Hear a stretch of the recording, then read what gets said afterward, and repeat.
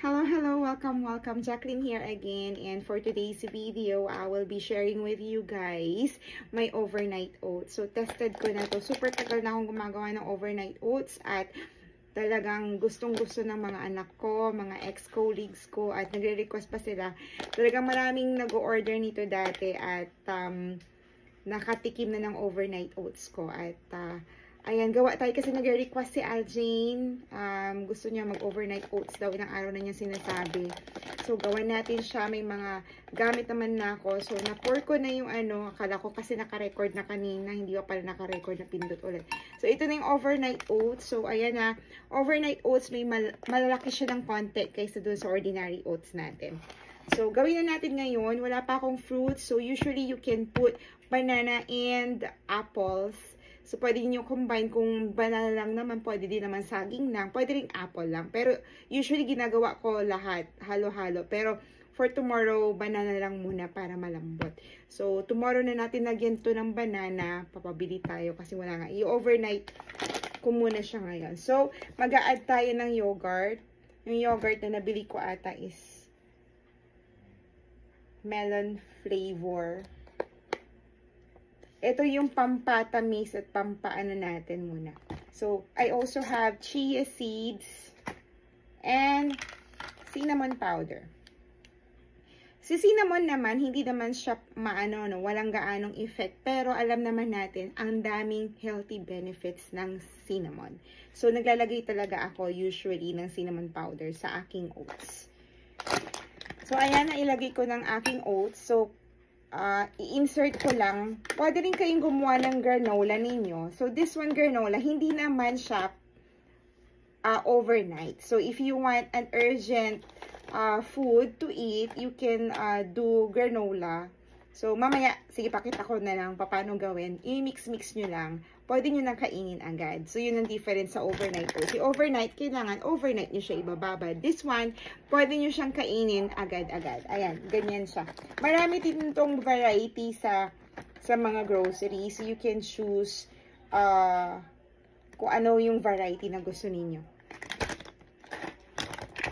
So, majonda na tayo. Diba? I'm 47 years old. So, even before naman, I really likes to do some mix ng mga food, mga oats. So, mahilig ako sa sterilized milk ng Bear Brand, but you can choose whatever you want. Full cream milk.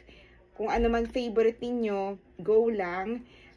Kung mayroon kayo mga non-fat or full cream, or kung talagang nag-watch over kayo ng milk sa mga kung ano yung best milk na gusto niyo, sige, you can do it. But for me, kasi, this is my favorite. Bata pa lang ako, ito na yung favorite ko. Alam niyo kung bakit?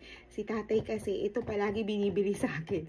As in, pag tuwing sweldo niyan, bibilan ako isang plastic talaga. Yung Bear Brand dati, yung nasa lata pa na maliliit. Bubuksan nyo pa ng abrelata para inumin. Ganun yung Bear Brand noong bata ko. So, nasanay ako na yun ang binibili ni tatay. So, hanggang ngayon, ito lang talaga yung gusto kong lasa. Ayoko ng iba. Ayan, napakwento na tayo. Lagyan na natin ng milk. Meron pa kaya akong extra milk? Kasi gagawa pa tayo ng granola. Pakita ko din sa inyo yung granola. So, wala na ata akong milk for granola.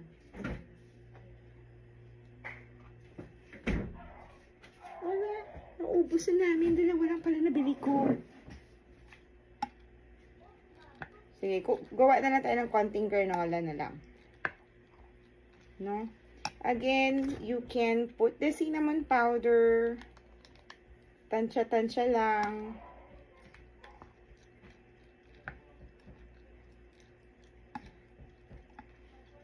And the chia seeds. Chia seeds, maganda rin to sa lemon water or sa mga ganito. Babad nyo din lang. Konti-konti lang. Kung gusto nyo madami, mas maganda kasi mas maganda yung health benefits ng mga ganito. Mga flax seeds din, maganda din sa health natin, no? Pero mahal kasi ang flax seeds. So, ayan. Hinahalo-halo ko lang muna.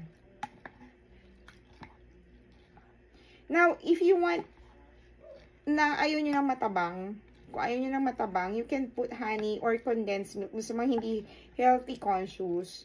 Pero, mas masarap naman siya kung may condensed. Pero, kung may honey kayo, may honey naman ako doon. Pero maglalagay kasi ako ng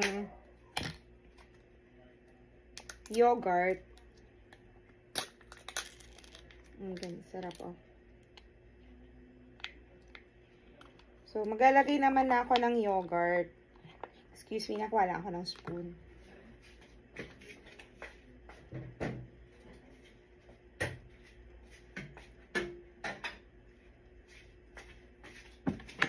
So, medyo matamis na tong yogurt. At, yun nga, kasi kaya nga mag-oats tayo para medyo matabang-tabang ng konti. Yung tama lang yung lasa ba na matabang yung kakainin natin. Para healthy naman.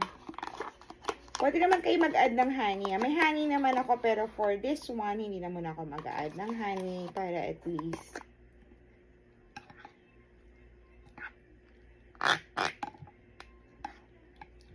makikita nyo ba?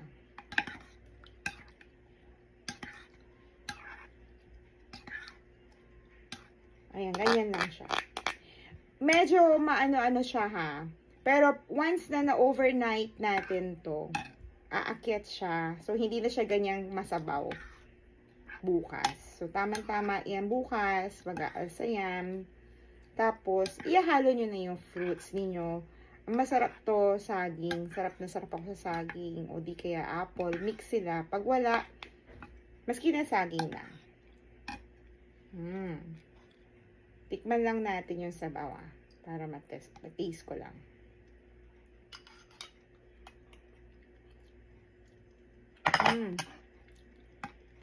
Sarap na. So, yung saging or apple, pag nag-add kayo niyan, dun na yung natural na tamis niya. So, kaya hindi na ako nag-a-add. Pero minsan, alam nyo naman ako, mahilig sa matamis.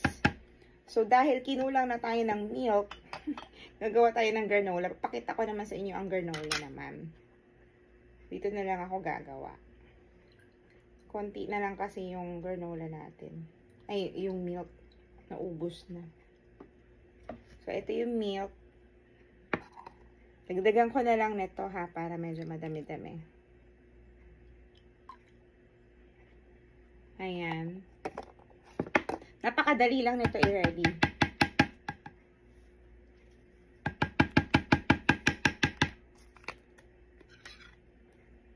At dahil ako ang kakain ng granola, dadamihan natin yung set aside ko yung isang yogurt.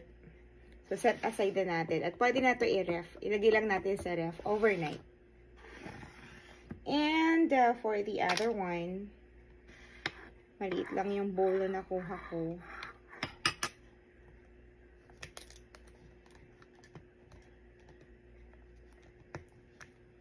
Wala, ayaw na mabuksan. Ayan. Paghaluin natin sila. Ay, oh, diba? Wala na siyang space. Ang liit na kinuha kong bowl, no? Hayaan yun na.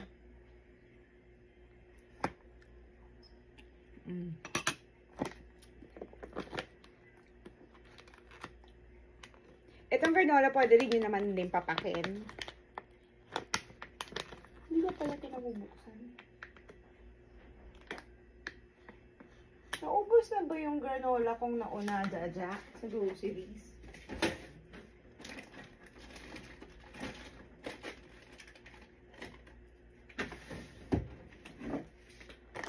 Akala ko nabuksan na to. Hindi pa pala. Si Jaja kasi kumakain din ito minsan. So, papakita ko lang sa inyo yung laman niya. Ayan. Lamlam. May mga raisins. Mahilig kasi ako sa may mga raisins. Ayan. Ito, no need na i-overnight. Kinakamay ko na ha. Akin naman to eh. So, ganyan siya. Dapat mas malaking bowl, pero ano ba ito nabili natin?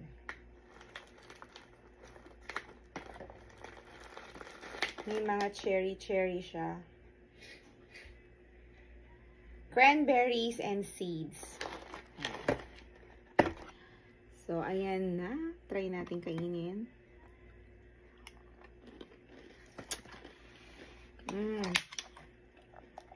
Sarap.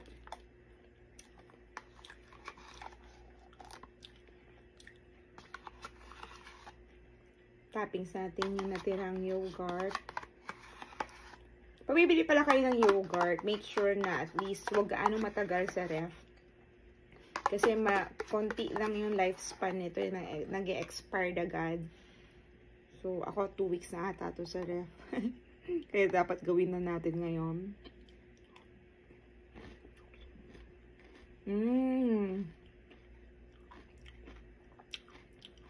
Tikman mo. Sarap. Sarap lang. Yung granola, tikman mo.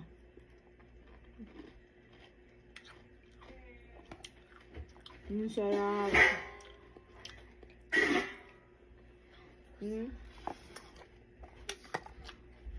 Sarap na. Tikman mo. Cinnamon. Cinnamon. Dito lang. Tapos, hindi ko na hinalo gaano yung yogurt para nasa ibabaw lang. Sarap. Sarap, no? Sarap. Ang sarap niya. Narinig nyo? Ang crunchy. Alam niyo, ang dami kong kaek-ekan kasi nga, alam niyo naman na high blood tayo, diabetic, may bara sa puso, mayroong fatty liver, may Decker veins disease. So, sometimes talaga, or most of the time. Ito nila Oatmeal tayo. Hindi mo to makakain. Bukas bigyan kita. Oatmeal to. Hindi mo pwedeng kainin pa.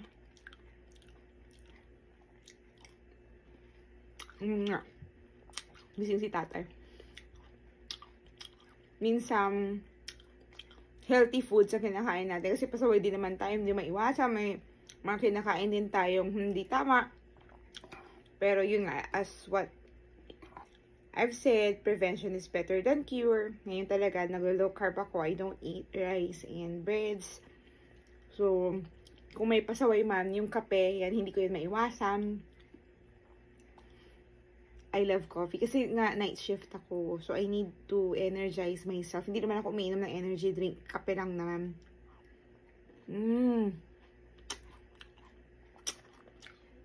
Ang sarap. Pinahagan ko talaga. Tinapay tayo. Yung gardenia, kanyo. Dahil naghahanap na naman ng pagkain. Puro pag nagising siya, nag-uuli na kasi yan, puro pagkain nasa isip lang niya. So, ayun. Thank you for watching my video. For more videos, kung gusto ninyo mag-flex pa ako ng iba, please just comment down below. Please follow me on my channels. Okay, thank you very much for watching. God bless everyone. Bye-bye.